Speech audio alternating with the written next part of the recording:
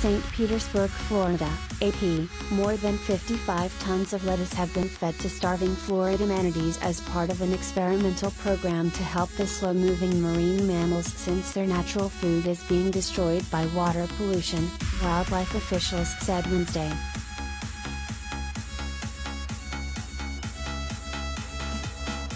The lettuce, funded by more than 1,000 individual donations, is offered to manatees that gather in the warm water discharge near a power plant on Florida's east coast as they typically do during cold months.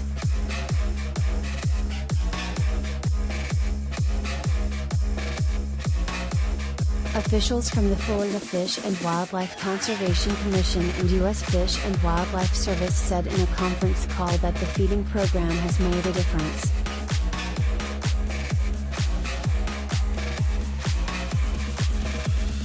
That's a substantial amount, said Lon Mizich, feeding program coordinator for the Florida Wildlife Commission.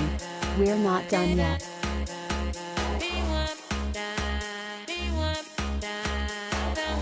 The unprecedented feeding response came after a record 1,100 manatees died last year, largely because of starvation.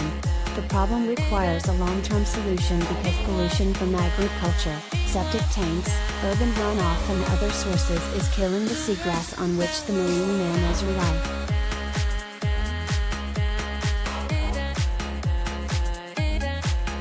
Through February 25 this year, about 375 confirmed manatee deaths have been recorded. That compares to 389 during the same period last year. Both are far above the 136 deaths reported in 2020 during the first 2 months.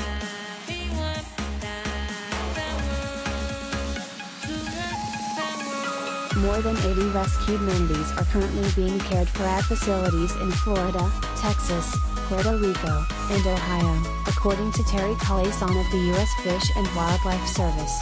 Some of those are abandoned calves that typically take longer to recover.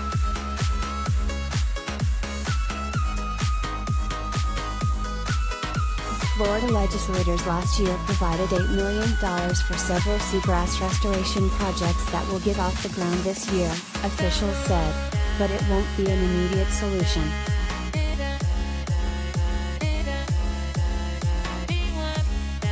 We're not solving the seagrass issue in a year, said Tom Reinert of the Florida Wildlife Commission.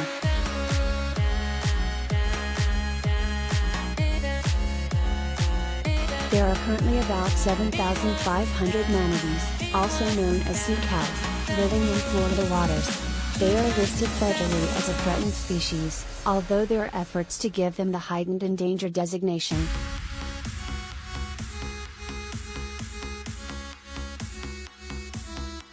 The approach of warmer weather means manatees will disperse to areas where food is more plentiful, officials said.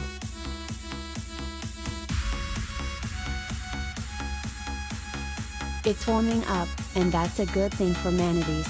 They'll be moving on, Reinert said.